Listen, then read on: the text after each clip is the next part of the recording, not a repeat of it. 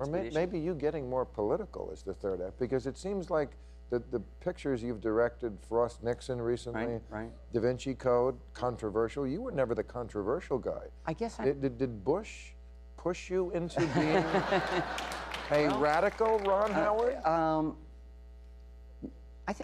Look, sir, the... Because I saw that thing you put up on YouTube. The Obama endorsement? Right. I mean, where you... I mean... You know what? We're talking to show a little bit of it. This is where Ron gets into character as Opie and Richie Cunningham. Hey, Paul. Hey, Ope. You look like you got something on your mind, son. Paul, why are people so set on staying on the same road that's been messing us up for so long? Well, Ope, people are funny. Sometimes change scares them.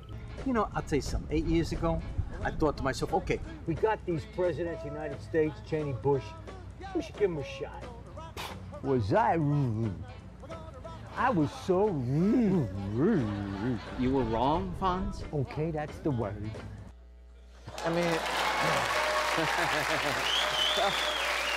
I'm only showing that because I think it says a lot about your sense of commitment, because there you are doing the one thing that your whole life you must, more than anything else, not wanted to do, and been annoyed by people saying, be Opie, be Richie. All true. And look, none of us had done those characters. I said it in that piece later on. We hadn't done those characters in decades, but I felt, look, if you're going to make an endorsement like that, start by humiliating yourself. Right. And then be as modest about it as possible. I am generally one of those people that says celebs should kind of stay out of it, unless they make it their business to really delve and explore, And but I did feel so strongly, and I woke up one morning with this idea at 5 o'clock in the morning, and I thought about it, and I literally said out loud, "Oh shit." And Cheryl said, "What's the matter?" I said, "I just had this idea that I don't want to do." I know I don't want to do it, and I just started thinking about it, and I felt it was that if I looked up and we had an opportunity to elect somebody of Obama's caliber, and we didn't, and I hadn't done it, I was not going to like myself very much. And when I but you were not the only one. I mean, when you think of some of the people who came out who never were, like Caroline Kennedy was never political, and she came out and said, I'm endorsing Obama. People who crossed long lines of loyalty to the Clintons.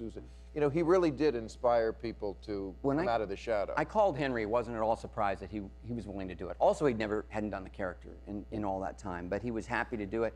And then I wondered about Andy. I knew that he was a Southern Democrat, old school Southern Democrat, but I really hadn't talked politics with him in ages. And I literally, Bill, I barely got the sentence out.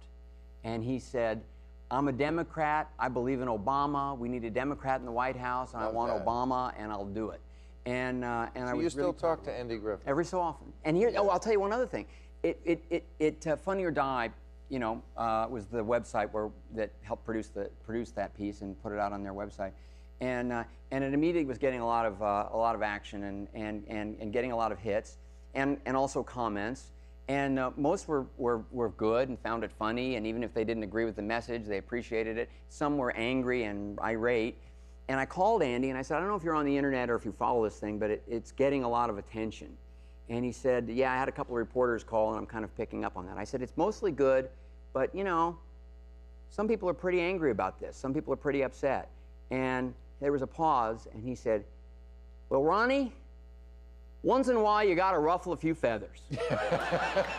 And he's still giving Opie a little advice, I felt.